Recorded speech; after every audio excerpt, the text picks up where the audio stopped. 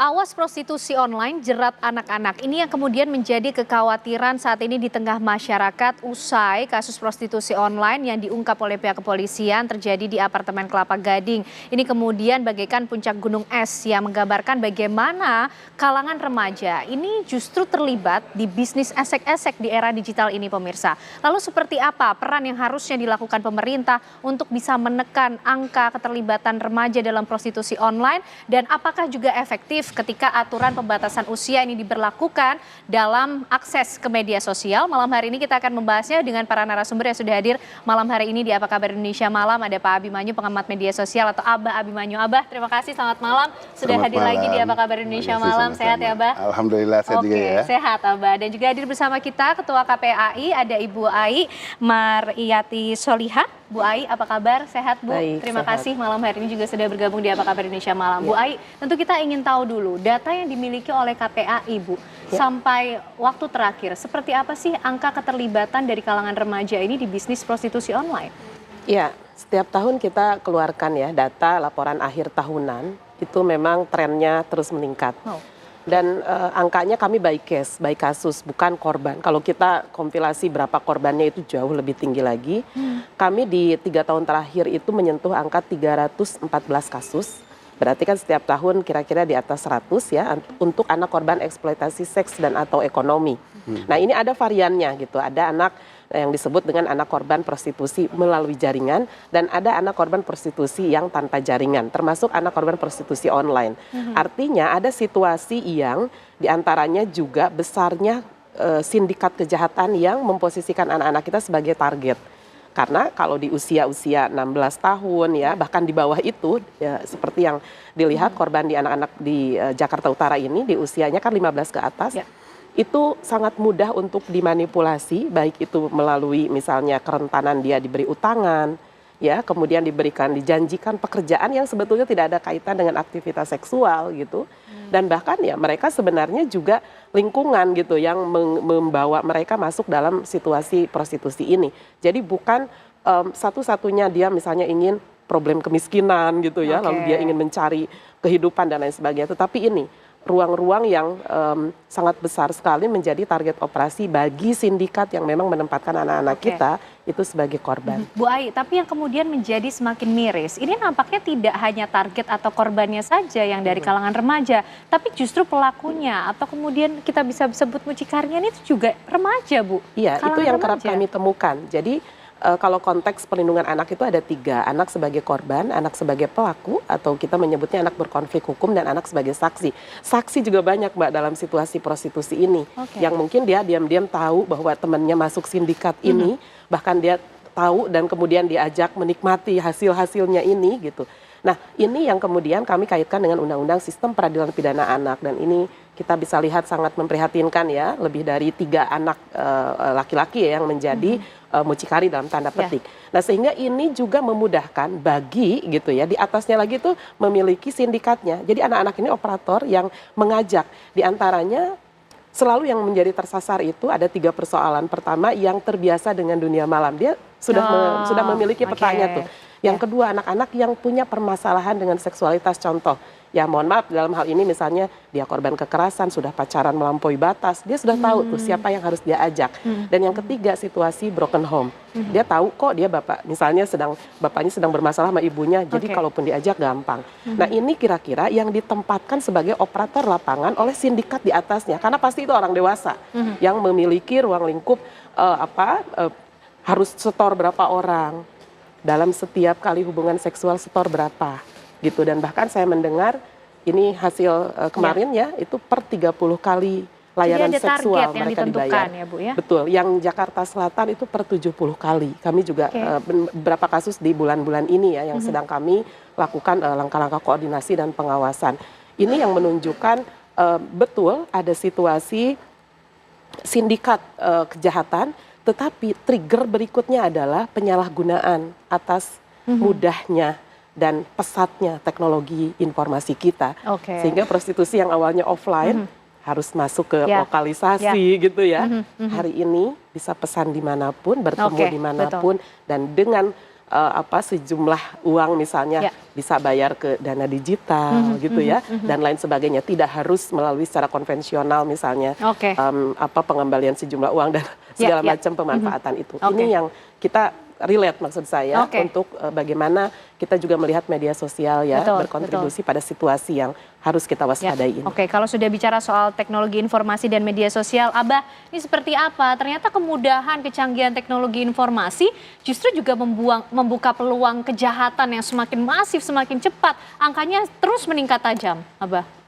Dari bertahun yang lalu, bahkan belasan tahun sejak saya kemudian sebanyak sharing ke masyarakat, selalu saya bilang kan, yang namanya telematika membuat yang susah jadi mudah, yang nggak biasa jadi bisa, yang segala hal itu kemudahan ada di sana. Ya, yang nggak bisa jadi bisa. Yang tadinya segala sesuatu harus dilakukan secara fisik, real transaction, sekarang bisa semuanya online. Ya, ini kan memang sebetulnya suatu kemajuan, tetapi disalahgunakan, baik oleh perjudian maupun sekarang dalam bentuk prostitusi. Nah, kemudahan ini sini apa? Kemudahan dalam hal akses. Dan kemudian selalu dianggapnya adanya suatu kerahasiaan. Bahwa tenang, rahasia Anda ada dijamin, nggak akan ada ketahuan apa-apa, ini hanya kita berdua, transaksinya ini nggak ada yang tahu. Dia nggak tahu ada yang namanya konektivitas secara internet, sekali masuk semuanya orang bisa tahu. Dan apa yang dilakukan, komunikasi yang dilakukan itu semuanya bisa terekam. Ya kan? Nah, kemudian secara pancingan-pancingan. Semua orang yang udah pakai gadget selalu pengen nongol, ada orang tampilnya oke, tampilnya menarik. Saya pengen tampil kayak gitu, bagaimana? Ya karena bukan hidup susah. Juga, bukan hidup susah, tapi hidup mudah. Hidup mudah dari mana? Ya mudah harus secara uang, secara finansial. Dan kemudian itu yang bisa jadi pancingan. Lagi ada kebutuhan pancingan di situ, ada orang yang muda yang dibilang tadi dalam tanda kutip sebagai mucikari, dia kemudian, mau nggak di situ, mau ikutan kayak gini. Yang mengajaknya bukan itu anak muda yang kemudian muda-muda udah jadi mucikari, enggak. Ini anak-anak muda menurut saya is an actor. Jadi sebenarnya pemain gedenya tetap adalah mereka figur-figur yang dewasa yang dimana sudah memberitahu bagaimana caranya. Dengan memberikan figur muda, otomatis si korban-korban ini lebih mudah terpancing. Karena yang pergaulan adalah orang yang seumur. Tahu-tahu diajak orang yang tua kan juga ngeri dia gitu. Orang belasan tahun diajak sama orang yang puluhan tahun, 40 tahun gitu kan. Jadi harus ada yang muda dan kemudian enak kalau muda kayak gini gitu, dapat cari barang apa jadi mudah. Semudah kayak gitu. Nah, aksesibilitas ini kemudian dibilang bahwa sekarang tidak terbatas lagi suatu area. Jadi dia nggak harus kemudian ada di Jakarta dengan pelanggan di Jakarta, dia di situ juga dengan mereka mengelolanya itu dari Jakarta, bisa mungkin ke negara kota-kota yang lain, lintas pulau, ya semuanya itu. Nah, kemudahan tersebut mudah bagi si mucikari tadi mengelola dan mudah bagi si pelaku di sini dan kemudian mudah bagi si pelanggan juga. Nah, kemudahan ini yang dibilang tadi seolah rahasia itu memancing mereka untuk memanfaatkan ini.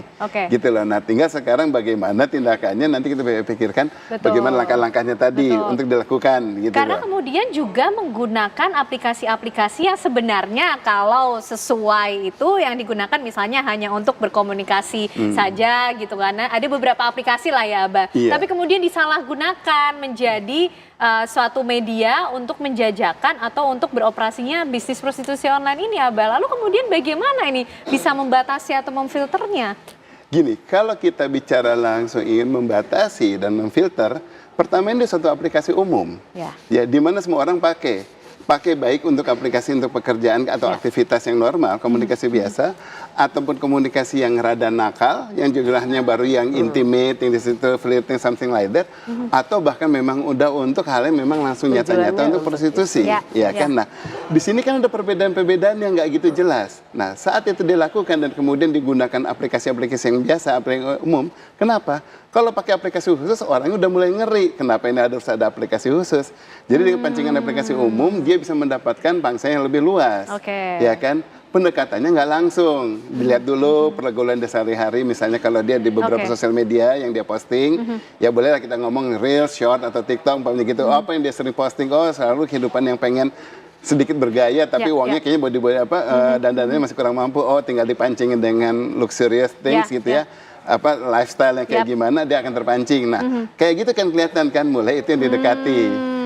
Iya, setelah didekati tentu pasti dia upayakan yang namanya udah suatu komunikasi berikutnya, bisa saja sudah mulai ada suatu aplikasi khusus yang juga untuk menjaga jangan sampai umpamanya dia saat itu terjadi transaksi mulai ada yang bisa mengintip atau kayak gimana ya kan, selalu semuanya orang berhati-hati. Oke, kalau para gitu. pelaku kejahatannya saja sudah sampai sebegitunya beradaptasi mereka untuk bisa terus beroperasi, Abah. Nah nanti bagaimana kemudian pemerintah harus bertindak? Nanti dijawabnya ya Abah. Termasuk kita juga ingin tahu data dari KPAI, Bu Ai, mengenai ini tidak hanya pelakunya, tidak hanya korbannya, tapi konsumennya juga dari kalangan remaja, Bu. Tapi nanti dijawabnya ya Bu Ai ya. Usai jeda kami kembali untuk Anda pemirsa.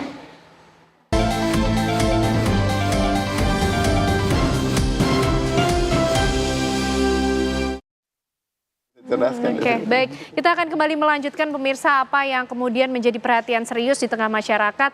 Prostitusi online yang melibatkan kalangan remaja ini semakin marak dan tentunya mengkhawatirkan. Bu Ai, ternyata tidak hanya korbannya, pelakunya, tapi konsumennya juga dari kalangan remaja. Data yang dimiliki KPAI seperti apa, Bu? Adakah juga kemudian mereka yang mungkin sudah mulai bisa membagikan ceritanya? Apa yang membuat kemudian mereka terjerat dalam bisnis prostitusi online ini? Iya, seperti di awal ya, concern kami kan 3 anak dalam praktek hukum kita ya. Ada yang menjadi korban, ada yang menjadi pelaku. Nah, diantaranya juga anak-anak yang terlibat dalam layanan seks, misalnya membeli, memesan gitu ya. Ini juga kami lakukan pengawasan dan juga yang menyaksikan. Saksi ini kan bisa mendengar gitu ya, bisa jadi temannya orang yang menjadi korban dan lain sebagainya.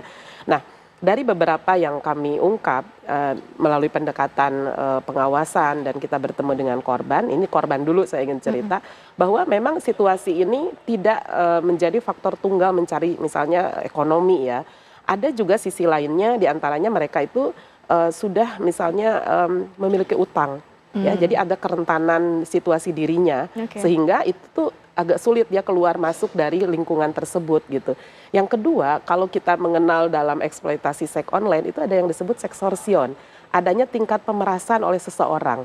Karena dia sudah menjadi konten misalnya seksualitas, maka untuk keluar dari lingkungan itu sudah ada ancaman sehingga tidak mampu. Nah, ini yang kemudian agak berat ya. Dan yang ketiga, dia memang pada aspek kemudian dijerat menjadi pelaku, dia juga ngajak orang. Kalau ini misalnya dibocorkan, kamu itu jadi bukan korban lagi, tapi menjadi pelaku. Nah, ini eskalasi gitu ya situasi ini. Nah, tentu concern KPAI tetap mendudukan anak ini hakikatnya adalah korban. Karena mereka itu selalu luput dari misalnya kasih sayang orang tua, pengasuhan orang tua gitu ya. Kebanyakan seperti itu ya Bu? Kebanyakan seperti itu background awalnya gitu. Sehingga ya memudahkan tadi langkah-langkah eskalatif yang diperoleh anak. Tetapi ada juga diantaranya yang tetap dalam keluarga yang utuh misalnya, tetapi ada situasi ketergantungan anak kemudian hanya bisa bermain melalui gadgetnya tanpa ada pengasuhan yang involving ya, artinya ada sentuhan, kasih sayang secara langsung di dalam pengasuhan yang itu bisa dilakukan secara bersama-sama. Nah, ini yang persoalan-persoalan ini yang kemudian menjadi trigger apakah media sosial ini memang karena tidak bisa diawasi ya, tidak punya badan pengawas yang berkaitan dengan media sosial, perlu ada penataan nih di level pemerintah, mana misalnya platform yang bisa ada di Indonesia dan yang tidak. Karena ada situasi tadi bahwa anak-anak tuh semakin mencintai dunia maya ya karena ada layanan-layanan di dalam sebuah platform yang itu relate dengan kehidupannya gitu ya. Kemudian difasilitasi dengan tanpa sadar oleh orang tua. Nah, tetapi kemudian di dalam platformnya itu sendiri juga ternyata ada situasi yang belum menunjukkan tingkat langkah-langkah keberlanjutan dalam proteksi terhadap para pengguna yang banyak ini. Ada anak, ada orang dewasa tentu. Nah, sesungguhnya pemerintah hari ini sedang melihat ada situasi ini nih yang belum well informed ya dengan perlindungan anak, karena memang harus dibangun sisi proteksinya. Sehingga kalau dalam Undang-Undang ITE yang baru ya nomor 1 2024 itu sesungguhnya sedang mendudukan bahwa seluruh dunia usaha dalam hal ini platform harus memiliki perspektif terhadap perlindungan anak, produknya juga harus menunjukkan perlindungan anak dan berkomitmen pada kalau CSR gitu ya, dan mereka memiliki tanggung jawab sosial juga berkomitmen pada perlindungan anak. Itu tambahan-tambahan pembaharuan dari Undang-Undang ITE saat ini sebetulnya. Nah, Abah, itu tadi kan datanya sudah dimiliki oleh KPAI, termasuk apa-apa saja yang membuat anak-anak ini atau kalangan remaja ini terjebak dalam prostitusi online begitu, Abah. Pemerintah nampaknya sudah mulai menyadari ya akan hal itu dan mulai merancang aturan mengenai pembatasan usia dalam mengakses media sosial. Kalau Abah melihatnya, ini mungkin untuk diterapkan, efektif pulakah untuk menekan angka keterlibatan kalangan remaja dalam bisnis prostitusi online kah? Satu menteri, dua wamen dengan ribuan karyawan selama ini ngapain aja? Ya di Kominfo, zamannya Kominfo bahkan. Saya bilang kenapa kayak gitu? Bayangkan semua orang yang meregistrasi ponsel, kita akan harus menginput KTP dan KK. Betul. Ya kan ada umur di sana, ada verifikasi di sana. Jelas kalau kita ngomong KTP berarti ada umur tertentu yang baru boleh menggunakan itu, ya kan? Nah, kalau itu saja bisa dikontrol benar-benar, jadi jangan KTP abal-abal yang bisa dimasukin, kemudian KTP orang mati masih bisa diinput dan lain sebagainya. Sudah terjadi screening otomatis lebih banyak di situ, ya. Semua aksesibilitas selalu berbasis nomor ponsel. Ya kan, semua transaksional sebetulnya berbasis nomor ponsel. Yang namanya OTP, one time password dan lain sebagainya, interaksi semua ini berbasis nomor ponsel. Jarang berbasis email, rata-rata dari nomor ponsel. Tinggal dilihat aja transaksional yang berbasis SMS atau apa yang semuanya menggunakan nomor-nomor ini bisa di screening dari sana. Kalau ada dari nomor yang kemudian sudah di luar dari nomor yang sudah ada data yang waktu registrasi yang 444, itu otomatis itu adalah bukan dari nomor yang sudah terdaftar. Ini bisa di screening otomatis ya. Nah, saat itu sudah dilakukan sudah lumayan banget data tersebut. Nah, kemudian dilihat aktivitasnya. Dilihat aktivitasnya apa? Sekarang dibilang umpamanya kita mau mengontrol dari sosial media dan sebagainya. Lihat aktivitas apa? Transaksi satu-satu. Bisa, memang pemerintah ngelihat sosial media segitu banyak transaksi. Pengguna sosial media bisa dianalisis artinya sebenarnya. Pengguna Indonesia itu misalnya di TikTok saja, penggunanya itu ada kedua terbesar di dunia. Hampir 200 juta, 190 juta pengguna gitu kan. Untuk internetnya. Nah, pengguna TikToknya itu sekitar 120 atau 130 juta. Ya, kedua terbesar di dunia. Kemudian memang karyawan Komdigi ada berapa banyak yang mau mengurus satu persatu semuanya transaksional. Nggak bisa kan. Nah, harus dibangun sistem.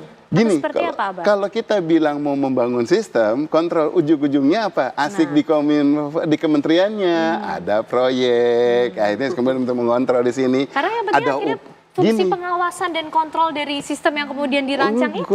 Yang penting kalau bagi saya selalu dari dulu saya ngelihat kalau dari kementerian, bukan berarti saya anti pemerintah ya, tetapi aktivitasnya dari kementerian selalu apa? Yang penting segala satu hal kecil jadi proyek. Semuanya kasus di sini jadi proyek. Nanti habis ini lihat akhirnya ada proyek segala untuk mengontrol ini itu. Sementara yang sudah ada saja tidak dimanfaatkan.